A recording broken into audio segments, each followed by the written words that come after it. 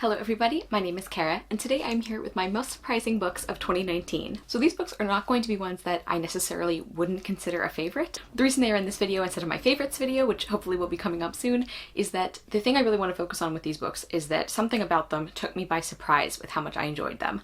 Because that's one of my favorite things when reading, is being surprised by hidden gems and getting to talk about those and hopefully get other people to try those.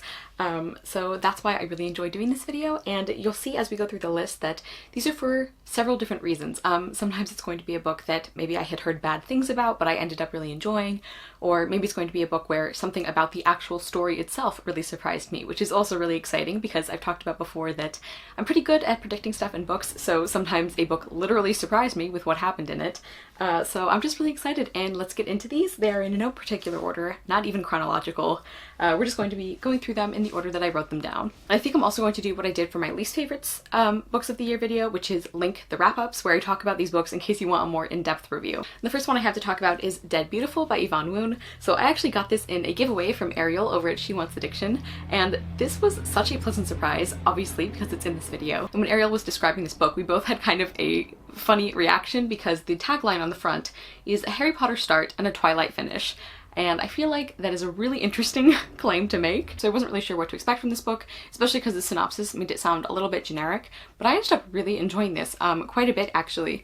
And I feel like looking back, this is sort of like dark academia before dark academia was a thing, but not pretentious and not annoying. Like, I actually think the atmosphere of this book was one of my favorite things about it. I mean, there definitely were things that I think could have been done better. Like, I really didn't like the romance angle, although I think that the way that was handled later on in the book was very clever. But I really enjoyed the writing. I also really liked the, creepiness of this book. Like, that was something I really wasn't expecting. I actually read this around Halloween time and it ended up being perfect for that. I just loved the whole mystery aspect of this book. There were some side characters I really enjoyed, and I also liked the fact that the events that happened in this book, they were given the full emotional weight I think that they deserved. Like, the main character at the very beginning of the book loses both of her parents. Like, they were both killed very mysteriously at the beginning of the book, and that's something that actually affects her throughout the book. So I really enjoyed this. I don't know if I'll continue the trilogy, but I'm kind of tempted. Next I have Voices, The Final Hours of Joan of Arc by David Elliott, and this is a very short novel in verse about the life of Saint Joan of Arc. But specifically it's told through different poems from the perspective of different people and even objects surrounding her. So we have other people involved in her story who get their own poems, but we also have like a candle flame who gets to tell a poem. And I really enjoyed this. Joan of Arc is a figure who I really enjoyed learning about, and I had actually heard kind of bad reviews for this one. I think one of the things that a lot of reviewers didn't like is that a lot of the poetry really leaned into the rhyme scheme, and that was kind of off-putting, and I can understand that, but as somebody who is very picky about rhyming poetry, I actually think it really worked in this book. I think the way that David Elliott used it, it made it feel like it was part of the style and it was part of the historical setting by using that style of poem. Like, he actually talks about how he selected the poem frameworks that he did, and I really enjoyed it. Another thing that surprised me about this book is the fact that I had heard almost nobody talk about it, and it's got a beautiful illustrated Charlie Bowater cover on it, which, like, normally everyone loves Charlie Bowater covers and they always talk about those books as releases that are coming up. So that was another thing that surprised me about this one, is that it's got this beautiful cover by a much loved artist, at least in the booktube community, and I had heard no one talk about it, so I really enjoyed it. Next I have No Good Deed by Kara Connolly, and this is a Robin Hood retelling or kind of inspired story. Our main character gets transported back in time to the time period of Robin Hood, and I just really enjoyed this. This is a book that made me realize that there are certain time travel plots that I really like, and also made me realize that I really enjoy Robin Hood retellings. So both of those things were kind of a surprise to me. But I really liked the main character. I love the way that throughout the book we're seeing her sort of get to know herself better because she's kind of grown up in her brother's shadow. So it's kind of a fun experience getting to see her understand her character better as the reader is also understanding her character better.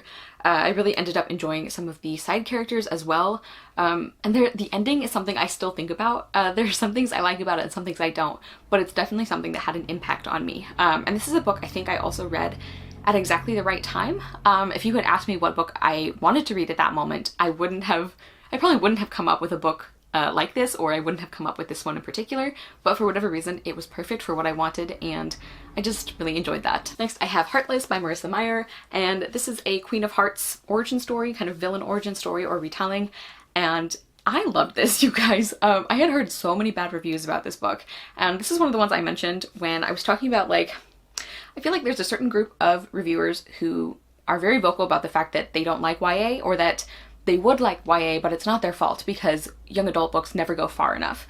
So there's like this very specific group of people who talk about that a lot, but then when they read a YA book that does go far enough, they get mad and they don't like it and they trash it because it wasn't what they were expecting. And I think that's one of the reasons why I was put off this book, is because I heard so many low reviews from people, and I actually really enjoyed it. I think maybe one of the reasons people didn't like it is the ending, but I actually thought it was really well done. I loved the world building and the way that the world and the writing and the characterization and the dialogue, all of it felt very appropriate to Wonderland. Like, it was whimsical and strange and sometimes eerie and hard to understand, but in a way that felt very intentional. And even Catherine, the main character, sometimes she frustrated me because you wanted to just yell at her, like, to do what made her happy.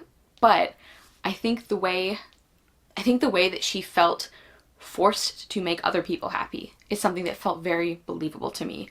So I empathized or sympathized with her even as I was like getting frustrated with her. And I loved Jest, the love interest character. I just really, really enjoyed him. He was very charming and funny and good, and he was so interesting. I loved him as a character, and I think the fact that him and Kath had this kind of, not quite star-crossed lovers romance, but like there's high stakes there. So I think based on that, it's really important that you like the way that the love interest is characterized, and I really did. I just think across the board Marissa Meyer is very good at writing love interests, at least from my perspective. I always think they're very well done, and I just really, really enjoyed this book. This is another one I'm going to be thinking about a lot, and I probably won't doubt Marissa Meyer again because I honestly was dreading picking this book up. I pre-ordered it, I think, and it's been out for like 2 or 3 years. I think this was one of the first books I actually did pre-order, or I bought on release day, and I hadn't touched it, and I'm really glad that now I did. Next, I have Tom's Midnight Garden by Philippa Pierce. This is a classic children's fantasy story that also has a little bit of a time travel element, and this is such a quietly beautiful story.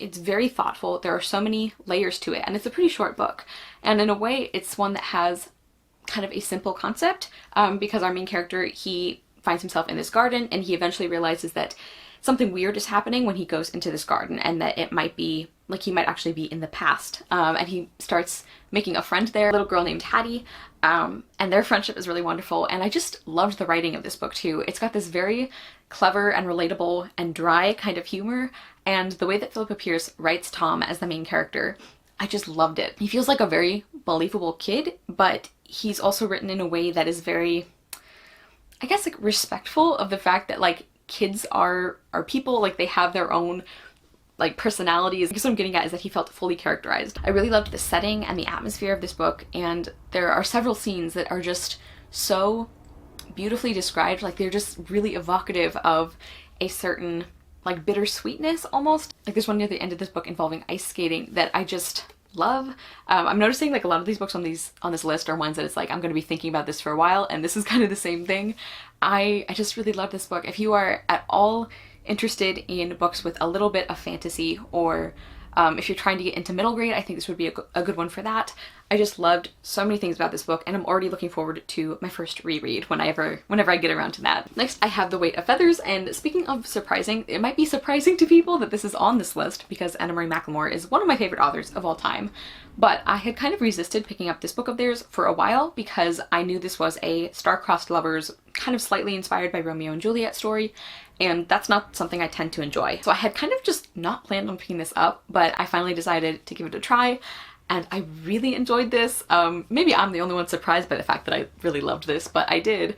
And Anne Marie McLemore has just beautiful writing in a way that doesn't feel like it's confusing, and it doesn't ever feel like the writing is kind of overtaking the characters or the story. There's one book I read that felt a little bit more fuzzy like that, but this one didn't have that problem at all. I really, really loved Lace and Cluck, our two main characters, and I loved seeing them get to know each other and start to unpack the prejudices that their families had raised them with about this other family and this other group of people. I just thought that was so thoughtfully done. Like, the tension-filled relationship that eventually turns into a friendship or romance was just done beautifully. I think this is a book where whether you're more of a fan of friends to lovers or antagonists or enemies to lovers, I think you could really enjoy this one because kind of all of those stages were there and they were all done so well. One of my favorite things about Macklemore's books is that they're always a seamless blend of beautiful writing and like fantastical concepts and real world issues, and all of those things feel like they get the proper attention, and of course like characters and things like that as well. Like I just really enjoyed this. As with Marissa Meyer, I will never doubt Anne-Marie Macklemore again. Next I have A Posse of Princesses by Sherwood Smith, and this might be one of the biggest surprises on this list because I had this out from the library and I had been interested in it for a while, but I hadn't really heard anyone talk about it. And one night I just decided to start reading it because it sounded fun, and I flew through this book and I loved just about every second of it. You might remember when I talked about this one, there were a couple of things about the ending that I wasn't completely on board with, but most of the story I really enjoyed. I love the focus on female friendships. The girl squad in this book is just like gold, honestly. I just love them all so much. I really liked the world building and the setting, because a lot of the time near the beginning of the book you spend in this one palace, but I feel like even with that you get a real sense of where the characters come from, like the different countries and groups in this world, without it feeling overwhelming. And I really enjoyed all of the character interactions and relationships, and specifically there's one romantic plot in this book that I really liked the way a particular thing was done, and it's something that I can never talk about because it's basically always a spoiler, but there was a certain way that was done, or like a tangential trope related to that, that I always enjoy seeing, and I think it's very rarely done in books that have romance in them because it's something that I think tends to be romanticized a little bit, and in this one it wasn't, and I really loved that. It's just a very kind of cozy fantasy, but that also has some deeper issues going on, especially related to like friendships, and I just loved this. Next on my list is Slay by Brittany Morris, and one of the biggest surprises is that this book involves a pretty important like video game plot actually. Like the main character, like she's the creator and programmer of a computer game that is based all around African folklore and African American culture, and I tend to not to really like computer game like programming stuff or like virtual reality stuff. Like that's not a buzzword for me. But I loved the way it was done in this book. I loved all of the scenes that are in the game. Like I found it so easy to picture. And I think that's one of the things I sometimes have a hard time with, is that when the author's trying to make you see that, I sometimes have a hard time with it. But in this one, I could picture it perfectly.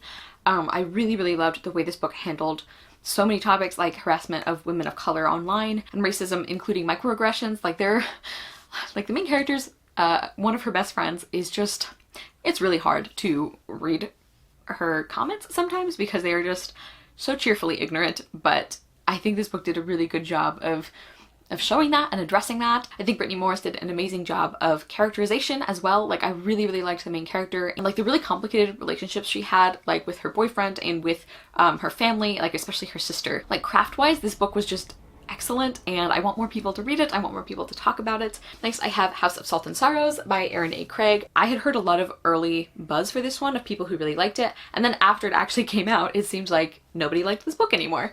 So I wasn't really sure what to expect. This is a 12 Dancing Princesses horror-esque kind of retelling, and I just was so impressed by this. I didn't like some aspects of the ending, and I really didn't like the romance. Like I think this book would have been so much stronger if the romance subplot hadn't even been in here.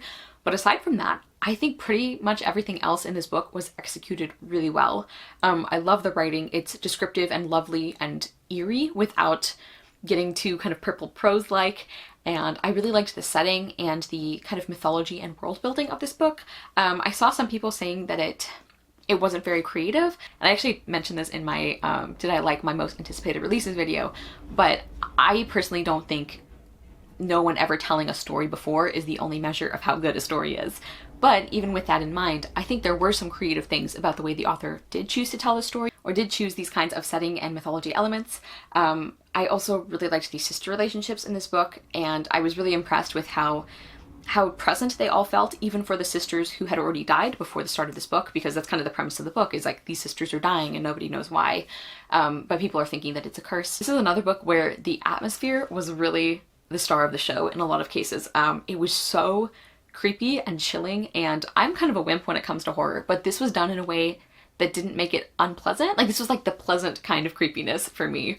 And there were a couple of scenes that were like genuinely really frightening to read about. I actually buddy read this with my friend Giselle, and both of us were like, there are parts of this book I really shouldn't be reading at night because the creepiness was just so convincing and so well done. And this is one of the books where some of the plot developments actually really shocked me, so that was also really enjoyable. Next, I have The Lost Kingdom of Bamar by Gail Carson Levine. This is a prequel to The Two Princesses of Bamar, which is my favorite Gail Carson Levine book. It has been since I was little, and the reason I was so nervous about this one is I had read Ogre Enchanted, which is the Ella Enchanted prequel that she came out with, I guess, a couple of years ago, and I was kind of let down by it.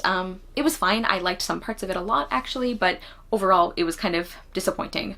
And you know, Ella Enchanted is a book I really like, but it wasn't like my favorite one. So I was like, oh no, how am I going to feel about a prequel to a story that I do have such a strong emotional connection to? But I loved this. I thought so many issues were handled so sensitively and so well. Things like adoption and privilege and racism or prejudice. I think the character arc of our protagonist Peregrine was also really well done. It's definitely frustrating to read at times because it's a believably long journey for her to really work through this kind of internalized racism and prejudice that she has, and like, because she's grown up parroting these wrong beliefs of the people around her, so it definitely takes a while for her to move past those. I really like some of the side characters. There's a sweet romance in this book that is definitely a subplot. Like, it's really not a huge part of the book, but I really liked it. I really liked some of the friendships, and just the complicated relationships in general were done so well. Also, this is kind of a like Rapunzel inspired story, like loosely, and I had no idea about that, so that was another surprise.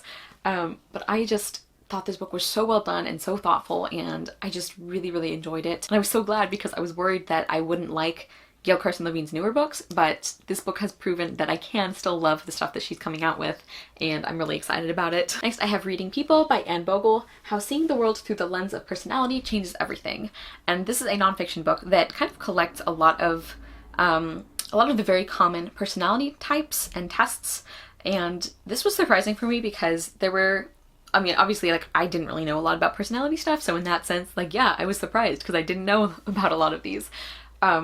But one of the things that I think was most helpful about this book is that one of the great things about personality is if you are looking for context, it can give that to you, but it also doesn't define you. It doesn't like limit your personality. It's not like knowing somebody's personality types can describe them as an entire human being, and I think she did a good job of making that clear. And one of the things that I found most interesting was there's a chapter on, I think, highly sensitive people is what it's called, which is not somebody who has a lot of emotions, even though I do have a lot of emotions.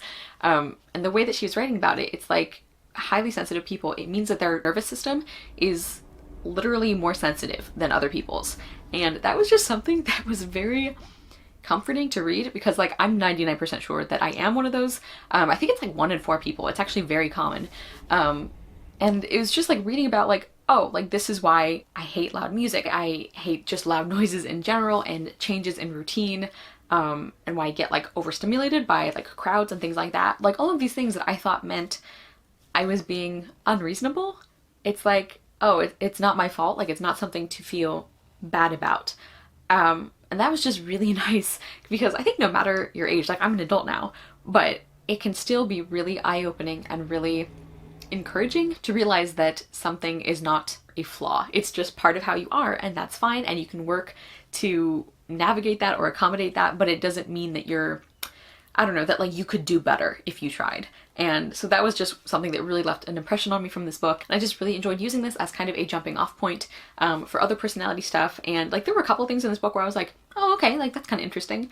But then there were several places where I was like, oh, this puts entire aspects of my life into a completely different context, and just it was really great for perspective. Next, I have Lifestyles of Gods and Monsters by Emily Roberson, and this one I won't say too much about because I actually have a full spoiler-free review that hopefully is already up or might be going up soon in the future, but obviously this is a book that really surprised me, and this is one where the concept sounded super interesting and fun because it's like a blend of the Labyrinth stories, so like Greek mythology, and reality TV and like modern technology.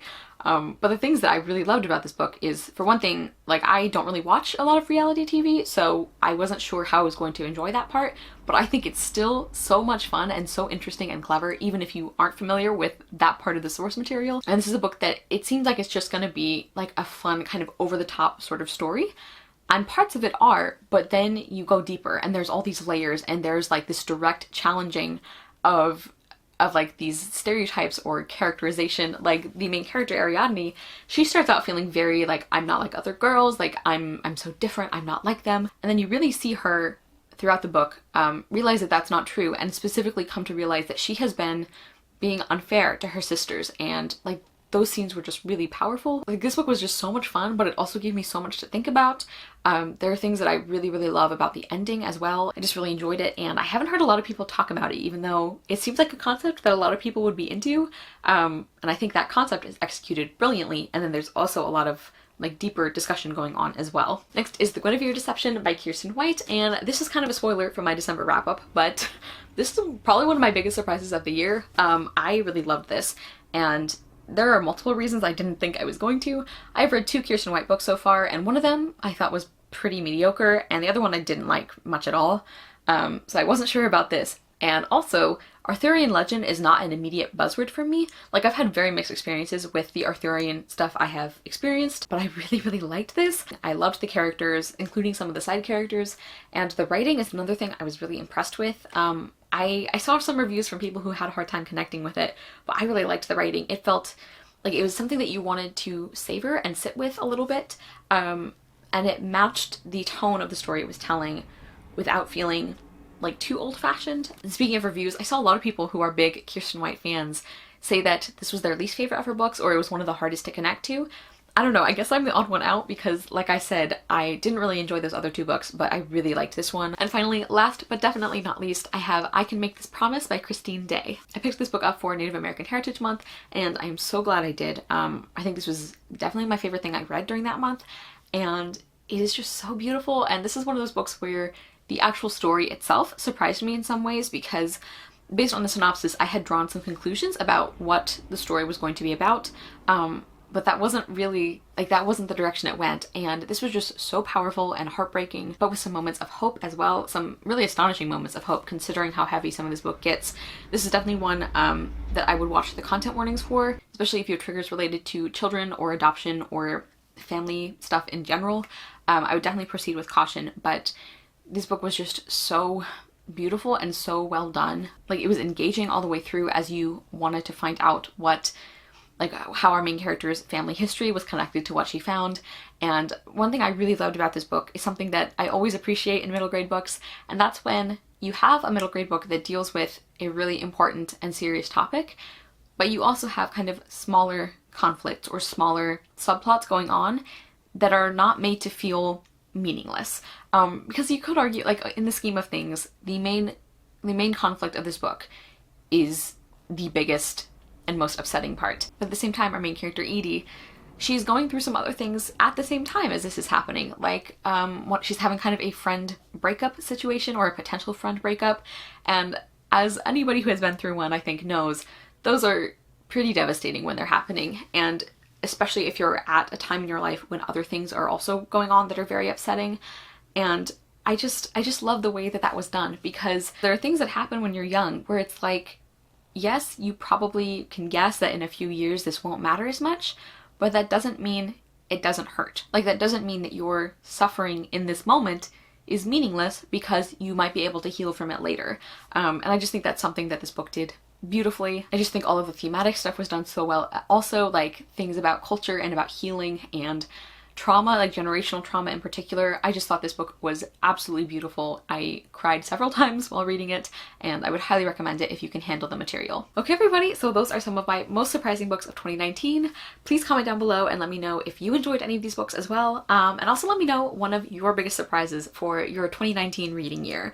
I think those are so exciting and so fun to talk about, and in a way, they can be as satisfying, or sometimes even more satisfying, than loving a book that you expect to love. It's just great when you have an unexpected favorite, I think. So thank you guys so much for watching. I will see you soon with another video, and I hope you love the next book you read.